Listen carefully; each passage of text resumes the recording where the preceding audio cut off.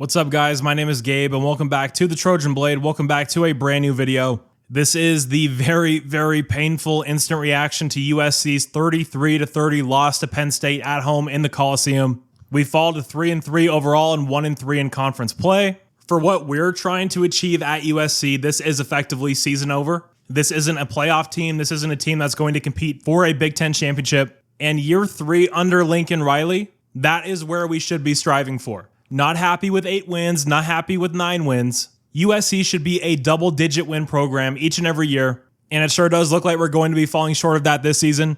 This was yet another excruciating, painful loss for the Trojans. There's really blame to go around to all 3 phases here. Offense, defense, special teams. I thought the coaching in the second half was atrocious. The officiating, once again, was despicable. But man, as bad as the officiating was, we can't blame it for why we lost. I remember in the game preview, I said, find Tyler Warren on the field, number 44, highlight him, circle him, do whatever you need to do. Do not let him beat you. How about 17 receptions for 224 yards and a score? It was like Dalton Kincaid all over again. And it's not even like the coverage was close on a lot of those, especially in the second half. He terrorized us in the first half. We come out in half number 2 and he's still wide ass open. We had a 20-6 lead at half and we came out completely flat. The play calling was dreadful. We had 1 or 2 not so great runs and completely went away from it. And as soon as we did, Mason Murphy got exposed. Miller was getting pressured very quickly. And while a lot of things directly contributed to the loss,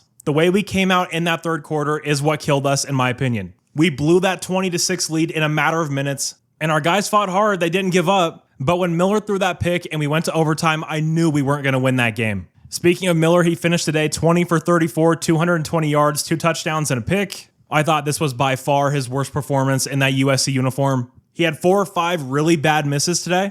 And I have some critiques for Lincoln Riley. I will get to those in a minute. But Lincoln had a good play call there on that last drive. He had Deuce Robinson on a one-on-one. He smoked his guy at the line. He was wide open. We were going to be in Michael Lance's field goal range. And Miller just sailed it over his head and got picked off. You can't have that in that situation. You just can't. Deuce is a big body. There's a big target there. He has a very large catch radius. To overthrow him that badly was frankly shocking.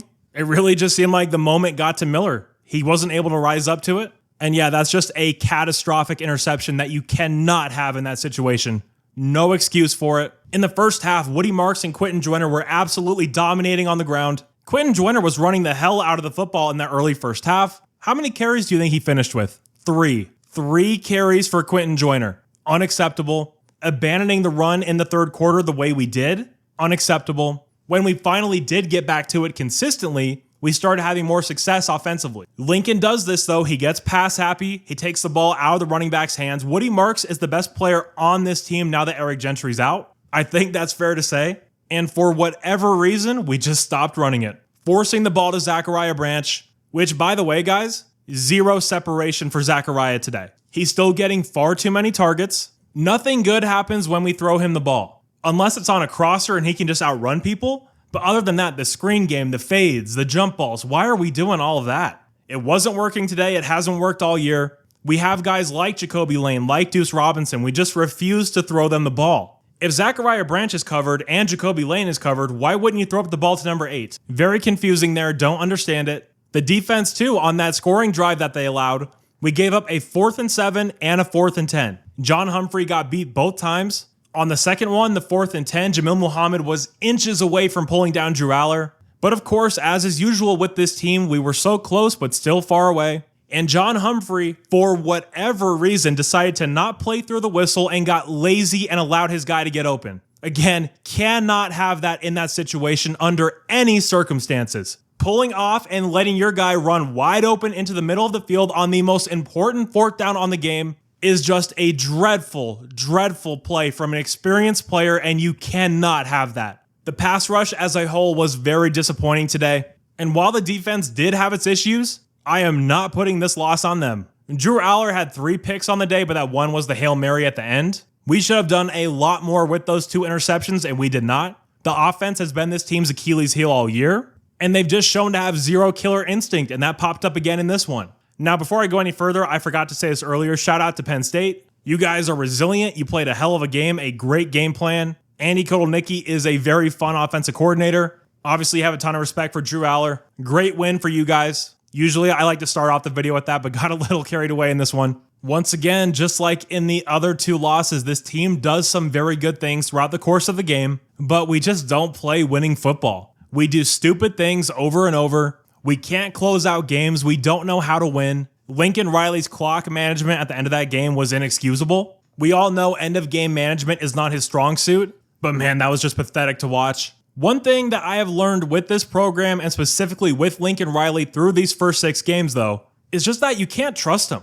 I don't trust this team week to week. I don't know what USC is going to show up. Are we going to be dreadful in the first half and awesome in the second half? Are we going to be physical through all 4 quarters? Is the play calling going to go awry in the second half? Are we going to turn the ball over? Is Miller Moss having a good game or a bad game? Why aren't the running backs getting more touches? I just do not trust this entire operation on the field right now. And I know a lot of you are right there with me.